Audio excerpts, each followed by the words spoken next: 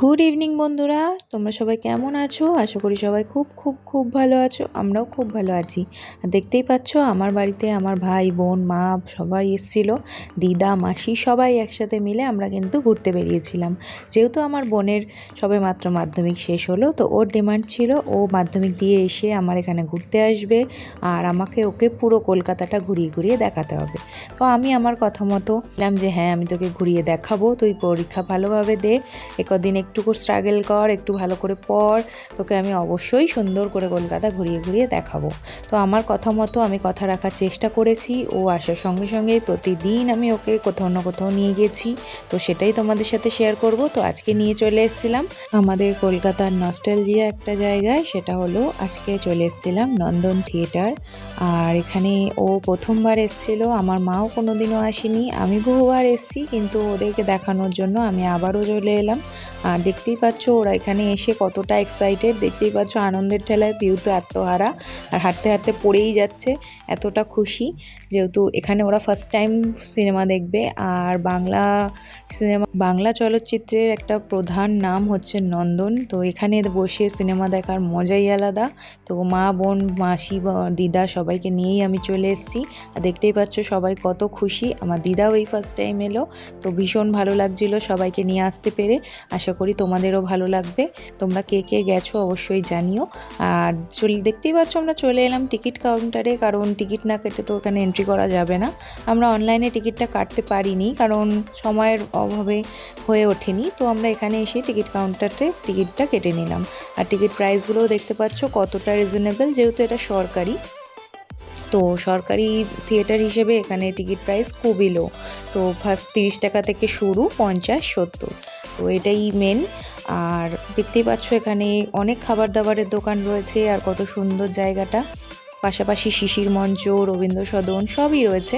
আর যেহেতু আমরা মেট্রো করে এসেছিলাম, তো রবীন্দ্র সদন মেট্রো স্টেশনে নেমেই কিন্তু এখান থেকে হেঁটে আসলে 5 মিনিটের মতো রাস্তা। আর এখানে দেখতেই পাচ্ছ কত খাবার দাবারের দোকান, ওখান থেকে আমরা টুকিটাকি খাবার দাবারও খেয়ে নিয়েছিলাম। তারপর যেহেতু আমাদের শো টাইম ছিল 6টা, তো আমরা আগেই একটু ভাবলাম যে হালকা ফুলকা কিছু খেয়েই ঢুকি, কারণ খিদে পেয়ে যেতে পারে, যেহেতু ভেতরে কোনো খাবার অ্যালাও নেই।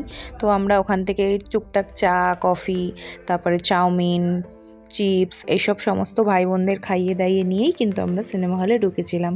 তো দেখতেই পাচ্ছ সবাই খেতে ব্যস্ত, আর ভীষণ খিদেও পেয়ে গেছিলো, যেহেতু এতটা রাস্তা জার্নি করে যেতে যেতে একটা হবেই না। তো তারপরে চাউমিনটা খেয়ে দেখলাম ভীষণ ভালো খেতে ছিল, সত্যিই চাউমিনটা খুব টেস্টি বানিয়েছিল। আমি এর আগেও এখানে রোল খেয়েছিলাম, কিন্তু চাউমিনটাই ফার্স্ট টাইম খেলাম, তো চাউমিনটা বেশি ভালো। তো যারা এখানে যাবে অবশ্যই চাউমিনটা ট্রাই করো। আর বেশি দামও না, একদম রিজনেবল, তো সবাই এফোর্ড করতে পারবে, কোনো অসুবিধা হবে না। তো দেখতেই পাচ্ছ আমরা খুব মজা করছিলাম সবাই মিলে। সিনেমা হলে ঢোকার আগেই আমরা এত কিছু করে নিয়েছি, তারপর তো লাস্ট অব দি সিনেমাটা দেখতে যাব। তো চলো দেখে নিই। আর দেখতেই পাচ্ছ লাইন, কতটা লাইন হয়ে গেছে এখন। আমরা তো অলরেডি টিকিট কেটে নিয়েছিলাম ভাগ্যিস, তো এখন লাইন দিয়ে কাউন্টারে সিনেমা হলে ঢোকার পালা। আর পিউ দেখতেই পাচ্ছ দৌড়ে দৌড়ে যাচ্ছে, কারণ ও এদিক ওদিক ঘুরে বেড়াচ্ছিল, আর আমাদের লাইন চলে এসছে, তো আমাদের ঢুকতে হবে। তো চলো ভেতরটা দেখাই তোমাদের কেমন লাগছে। আর তোমরা কোথায় কোথায় গেছো, কে কে নন্দনে গেছো, কেমন লাগে অবশ্যই আমাকে কমেন্টে জানিও। আর ব্লগগুলোকে মিস করছিলে কিনা সেটাও জানিও, অনেক দিন বাদে তোমাদেরকে এই ব্লগটা শেয়ার করছি, তো এর জন্য এক্সট্রিমলি সরি, কারণ প্রচুর ব্যস্ত ছিলাম। বুঝতেই পারছো বোন এসছে, মা এসছে, দিদা এসছে, তাদেরকে নিয়ে আমি ভীষণভাবে বিজি। আর যেহেতু এতদিন পরে এদেরকে সবাইকে একসাথে পেয়েছি, তো এই টাইমটা খুবই প্রিসিয়াস, তো এর জন্য আমি ব্লগ করে উঠতে পারিনি, বাট তোমাদের জন্য আমি সবটাই ক্যাপচার করে রেখেছি, একে একে সবটাই শেয়ার করব। আশা করছি তোমাদের ভালো লাগবে। আর আমরা কিন্তু সিনেমাটা দেখতে চলে গেছিলাম নন্দন ওয়ানে। দেখতেই পাচ্ছ হলে ঢুকে গেছি, যার যার সিটে শেষে বসে পড়েছি। এখন গল্প আড্ডা ঠাট্টা সব চলছে, কিন্তু এখনই মুখটা বন্ধ করতে বলছি পিউকে, কারণ সিনেমাটা চালু হয়ে যাবে। তো সিনেমাটা দেখতে তো ভীষণই ভালো লেগেছিল। আর আমরা গেছিলাম প্রধান মুভিটা দেখতে, দেবের যে নতুন মুভিটা বেরিয়েছে প্রধান, সেই মুভিটাই আমরা কিন্তু সবাই মিলে দেখেছিলাম। আর ভীষণই ভালো লেগেছে মুভিটা, একদম ফ্যামিলি নিয়ে ফ্রেন্ড নিয়ে গিয়ে দেখার মতো মুভি, ভীষণই ভালো পারিবারিক মুভি একটা, তো খুবই ভালো লেগেছে। আশা করি আরও ভালো ভালো মুভি আমরা নন্দনে দেখতে পারবো। তো চলো, মুভি তো প্রায় শেষের পথে, তো আমরাও বেরিয়ে যাব। তো আজকের মতো এখানেই সমাপ্ত, টাটা। পরে গুড ইভিনিং বন্ধুরা, পরের দিনকে আবার চলে এসেছি বোনকে নিয়ে আরও একটা কলকাতার খুব খুব খুব পুরনো আর খুব ফেমাস জায়গা, উত্তর কলকাতার পরেশনাথ মন্দির। তো এটা গৌরীবাড়িতে রয়েছে। তো আমি কিন্তু ওকে নিয়ে চলে এসেছিলাম সবাইকে নিয়ে আবারও। তো দেখতেই পাচ্ছ পরের দিন বিকেলবেলাও আমরা এখানে খুব সুন্দর সময় এসেছিলাম, কারণ এটা 4টে থেকে দেখা যায় 6টা পর্যন্ত। আর দুপুরবেলা বোধহয় কোনো একটা টাইমে খোলে, সেটা আমি ঠিক এক্স্যাক্টলি জানি না, যারা গেছো তারা বলতে পারবে। দেখতেই পাচ্ছ কত সুন্দর দেওয়ালে খোদাই করে করে কত কিছু লেখা, কত কিছু আঁকা। খুব সুন্দর জায়গাটা, একদম অন্যরকম আর ভীষণই সুন্দর। এগুলোই তো আমাদের কলকাতার সৌন্দর্য না? তো এগুলো একটা আলাদাই ব্যাপার। তো পিউ এগুলো ভীষণ পছন্দ করে, তো এর জন্য আমি ওকে এখানে নিয়ে এসেছি। আর পিউ আর মা ওরা কিন্তু এখানে কোনো দিনই আসেনি। আমি আর আমার মাসিমণি এসেছিলাম আগে একবার, আমাকে সন্দীপও বহুবার নিয়ে এসছে। তো এখানে আমাদের কয়েকজনের দেখা, আবার কয়েকজনের একদমই প্রথম ছিল, যেমন আমার বোনের আর মার।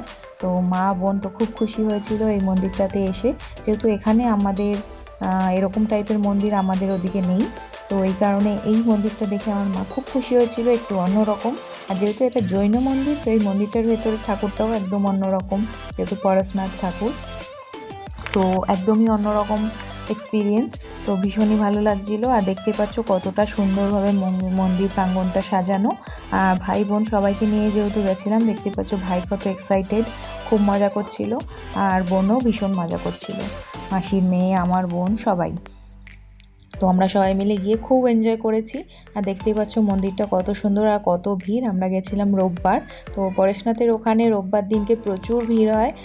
এর আর একটাও কারণ আছে, যারা নন বেঙ্গলি তারা অনেকেই এই মন্দিরের সামনে নিজেদের বিয়ে ঠিক করা বা পাকা কথা বলা এইসবগুলোকে খুব শুভ মনে করে।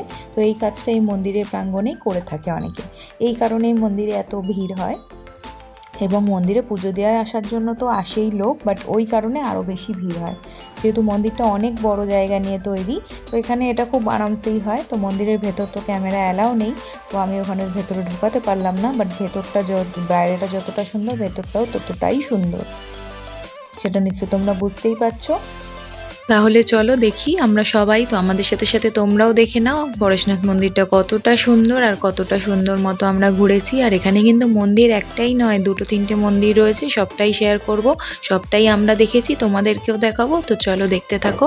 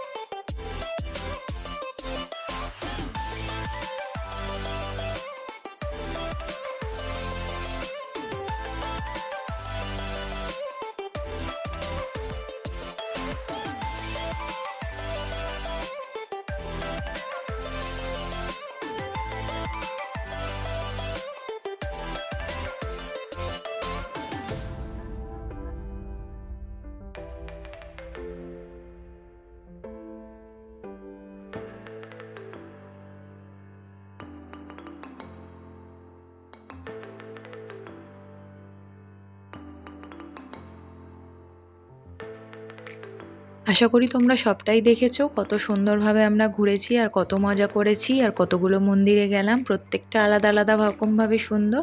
তো অবশ্যই যাদের ব্লগটা ভালো লাগছে তারা অবশ্যই একটু সাবস্ক্রাইব করে দিও, আর যারা এখনও সাবস্ক্রাইব করোনি সাবস্ক্রাইব করে দাও। আর ভালো লাগলে একটা লাইক কমেন্ট শেয়ার করতে ভুলো না। কেমন লাগলো ব্লগটা অবশ্যই কমেন্টে জানিও। তো আমরা ভীষণ মজা করে লাস্টে আইসক্রিম খেয়ে খাওয়া দাওয়া করে বাড়ি ফিরেছিলাম। খুব ভালো গেল দিনটা। আশা করি পরের ব্লগগুলো তোমাদের সাথে শেয়ার করতে পারবো। কেমন লাগলো জানিও। টাটা।